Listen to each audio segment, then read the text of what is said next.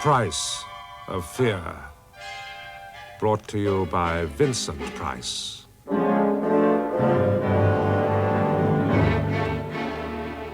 Yes, I remember Addlestrop, the name, because one afternoon of heat, the express train drew up there unwontedly.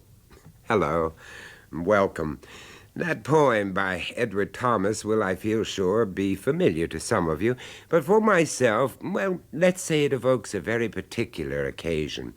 A story so bizarre and so horrendous, I still find it difficult to decide whether it actually happened or not.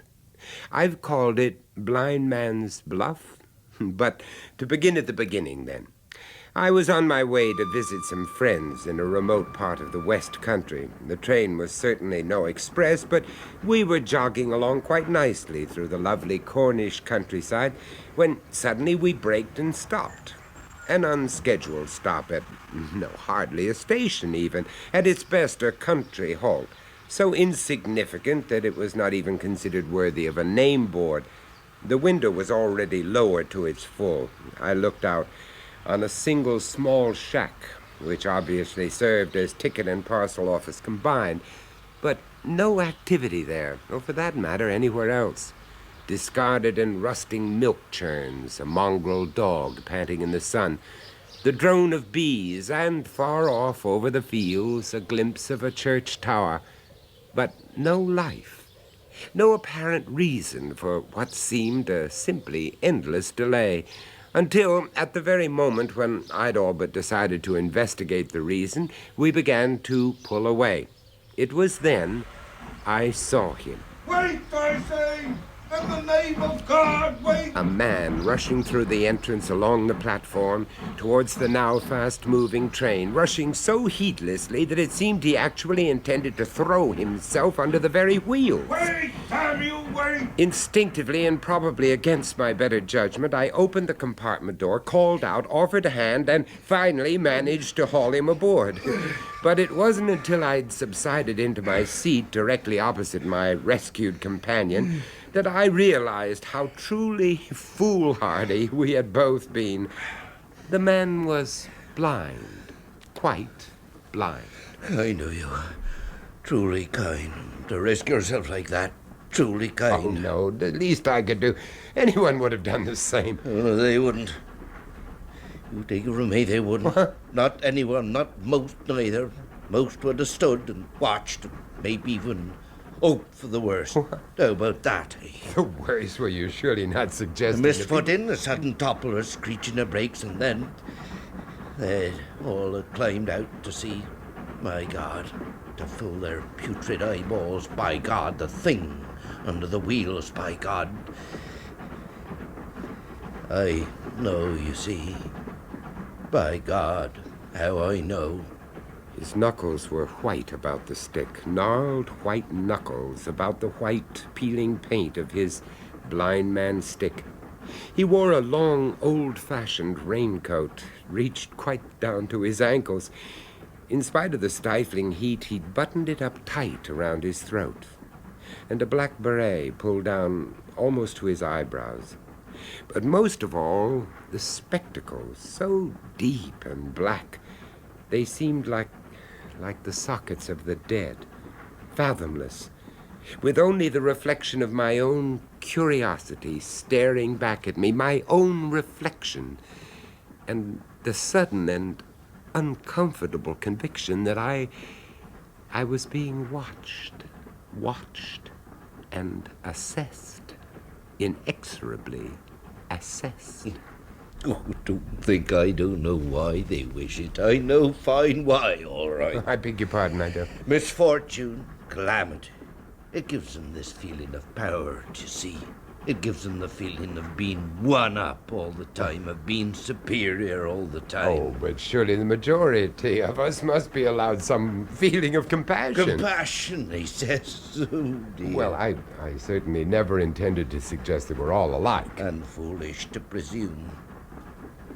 Still, you did offer a helping hand, at risk of life and limb, I'll grant you that. But smoke then if you must. Why? Well, you damn well going to light up, aren't you? How did you know that I wanted a cigarette? Perception. There's a toffee-nosed word for you in it. But bang on target, all right. Yeah. Get done with it, then. Oh, thanks. Perception. It's the gift God gives us specials, you see, to make up for the things He's taken away. God. Or the devil. Or whatever. Will you smoke too? No. There's no good looking put out. Never could abide the damn thing. Well, look, if you'd rather I didn't... I didn't say that, did I? Suggested it in the first place, didn't I? Yeah.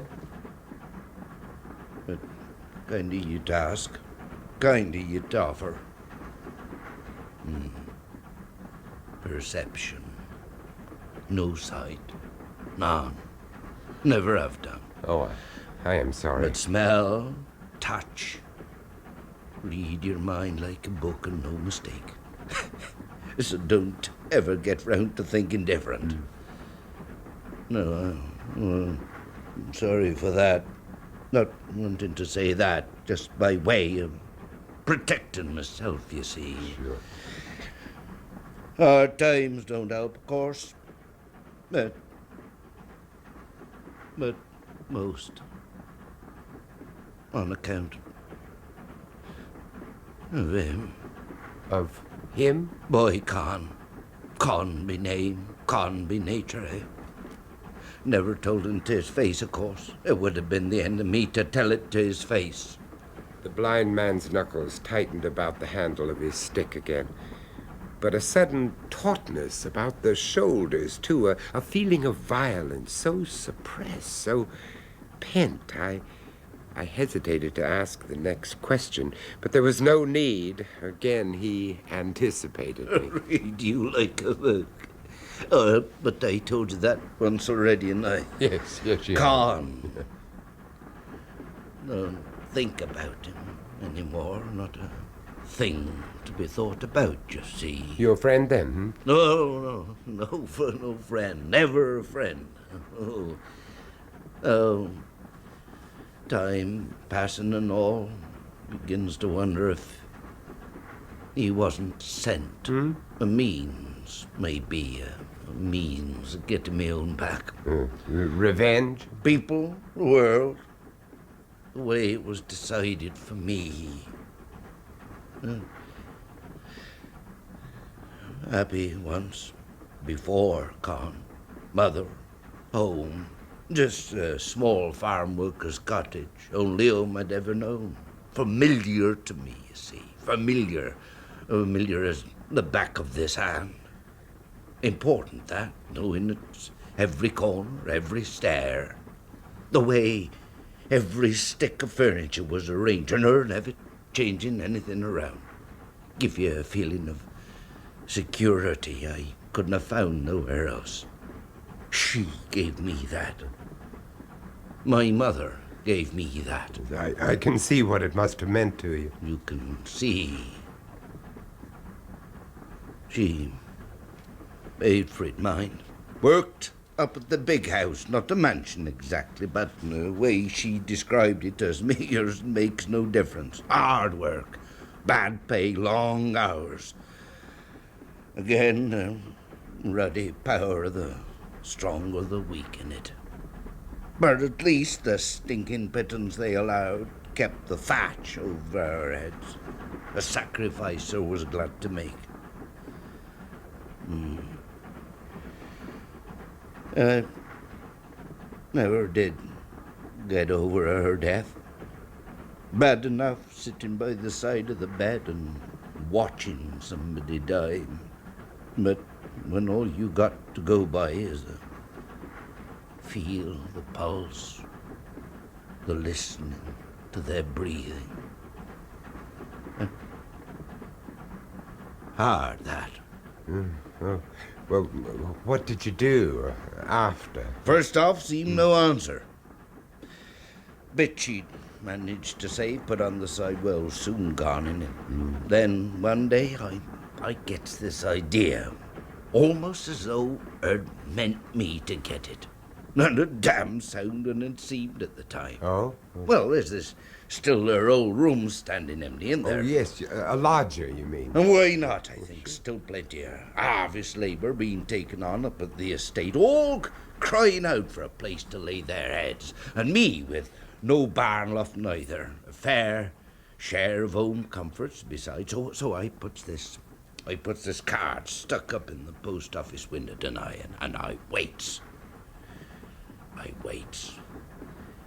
But not for too long. Convoy sort of that.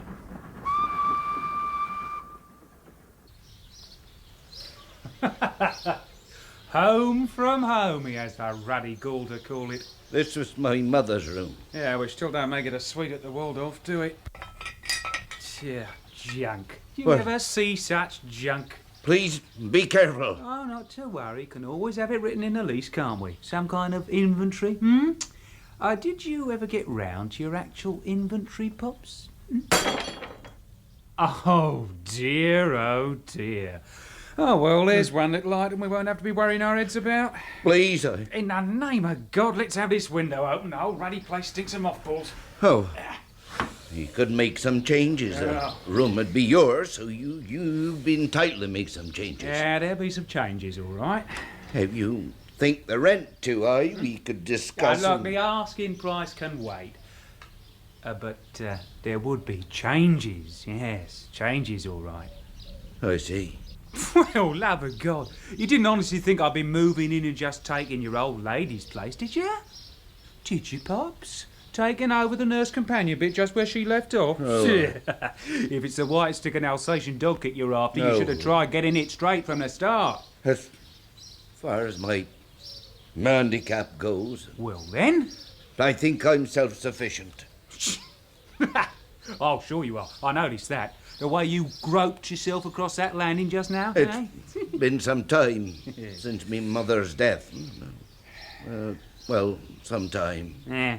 How about the way you tumbled across that chair the minute we get through the door? Eh? Just a touch of the old circus act for my benefit, I suppose. When she was ill, there was this nurse. Rearranged some of the furniture in view of the special circumstances, you understand. Yeah, well, I understand, Pops.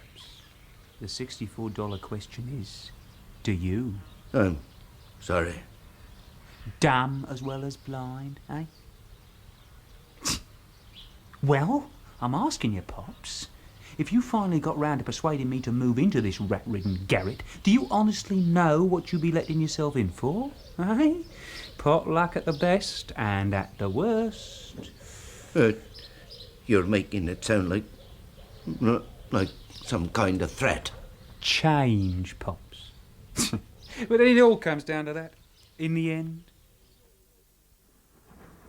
But you still agreed to take him? Not at first, but the weeks passed. There were no other offers. They took the card from the post office window. The people up at the big house were getting pressing.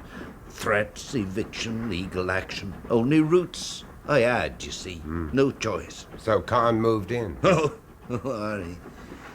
he moved in all right. Yeah, and, I did me best for him. At first, I was even glad, just for the sound of another voice about the place. Well, natural, isn't it? Sure.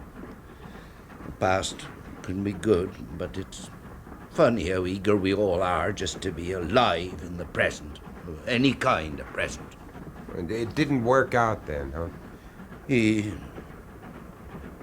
took over completely.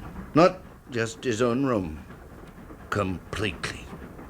His friends from the estate up drinking all the hours God made. No notion about paying the rent. And then, early one morning, Yeah. my mother's things, clothes, photographs, the bric-a-brac of a lifetime, really. A pathetic pyre at the bottom of the garden.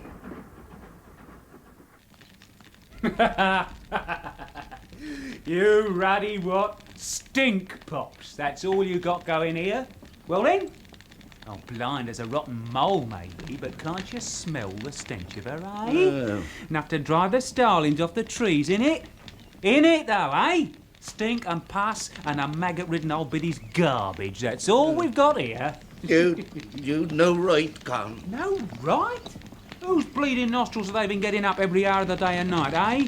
Got space to expand, you see, Pops. That's what Con needs. I'm never going to get it with this ragbag of mildew cluttering up the place now, was he? You could have asked. Oh, go on. So it's asking terms we're after now, is it? Yes, sir, no, sir. 3 bags full, sir, now, is it? If you just asked first, I could have moved them, couldn't I? Somewhere out of your way. So look at it this way, my dear old Molly. Convoy's saving you all that extra trouble, isn't he? Eh? I'll tell you something funny, though. A couple of weeks back, I damn well goes putting myself out trying to sell the stuff. You tried to sell my mother's... Well, of course. That shark of a scrap dealer the other side of the village. You had no right. Oh, back to rights again, are we? None! Now, go easy, Molly. Oh, unless you'd like to join the pyre, that is. Oh, right, old scarecrow you'd make of it. Fancy your Guy Fawkes a bit early then this year, eh, Pops? They were hers, damn you. Yes, so now they're hers again, ain't they? Ashes to ashes, all that garbage, eh? You should be hanging out the flags, Molly. Really, you should. Doing you a favour, convoy is. I mean to say, better than settling for a feast day for them moths now, ain't it? And what about them tarty little cherubs up there, ruddy green with envy when Mumsy gets all this nice new drag through the post? Why, Con? Why? Oh, kicks. Pleasure. Yeah.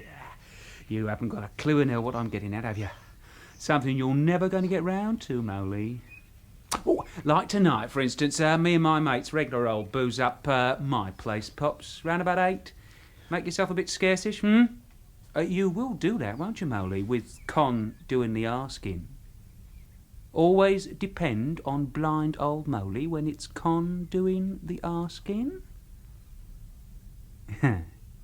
Oh, the fire's nearly out, nothing left to save.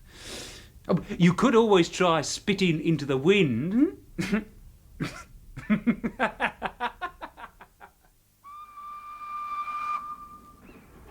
And yet you did nothing. I could have gone to the police. Should have gone to the police. I see that now.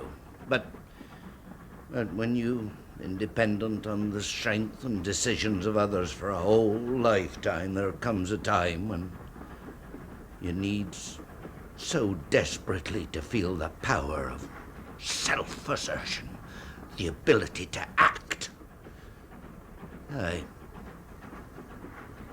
found a thing to do. Winter was coming.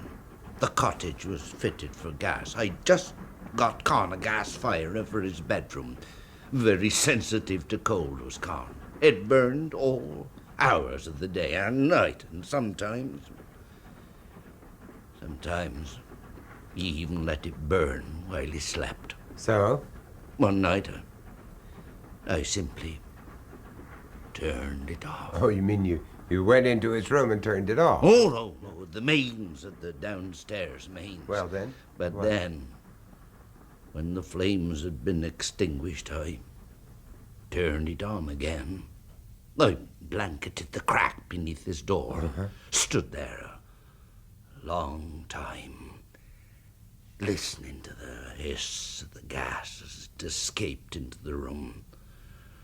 Con sleep, in his drunken stupor, become deeper, ever deeper, till I decided it had enough, sufficient to me purpose. You mean you gassed him? You murdered him? Well, that would have been a kind of revenge, but too simple. What?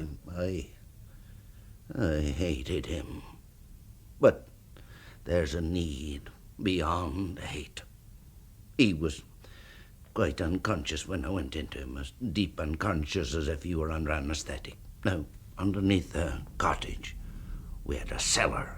In the old times, it had been used for storing apples, vegetables, and now it was quite empty. Its only entrance was through a trap door set into the flags of the kitchen floor, but long hidden by a big chest used for storing firewood. I pulled the chest aside, opened the trap, lowered the body in. The dank smell of damp, the scurry of her hat. And you left him there in the... Not at once. No, one more thing to do, you see.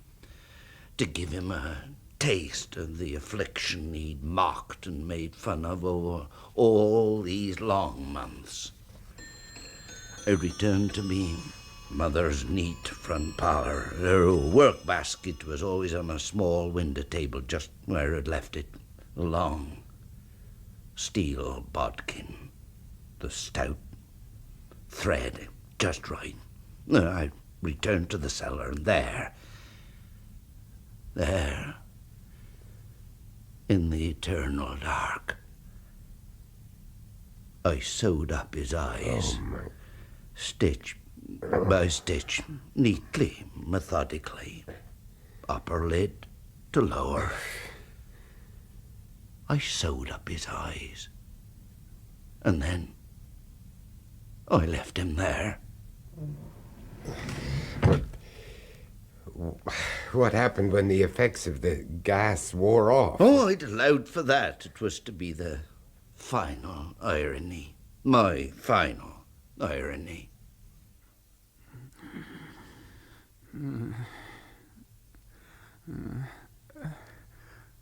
Where am I? Where? It's not my room. Light, damn you! Light. There isn't any lights. It's all dark. My eyes. Name of Jesus, eyes. Tight closed, stuck, tied, knotted, sewn up. No. Help! In the name of Christ, help! Somebody! Out! I must get out! Let me out!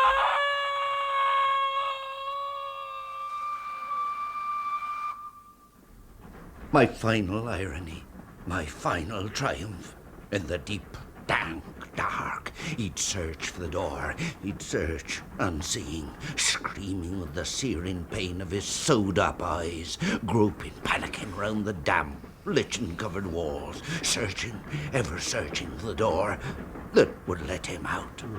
Out, to the light, to the help he'd always taken for granted. Not knowing, not comprehending that there was no door. That the only way out was not in the walls, but through the trapdoor not 3 feet above his head. A trapdoor, securely bolted but weighed down by the heavy oak chest.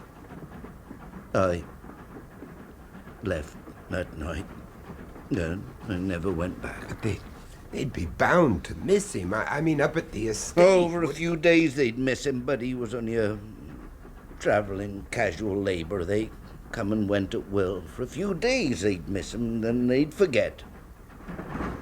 He was only worth forgetting. The train had stopped at a small halt. The blind man pulled himself to his feet. I opened the door and helped him down onto the deserted platform. For a single brief moment he seemed to study me, and then he raised the opaque blackness of his glasses, and there seemed to be a smile. In the milk-white, clouded eyes, the ghost of a smile. Then he turned and pulled that dirty raincoat even closer about him and tapped his way towards the exit. The tap-tap of his stick mingling with the birdsong. We pulled away into that green, bright world of trees and fields beyond.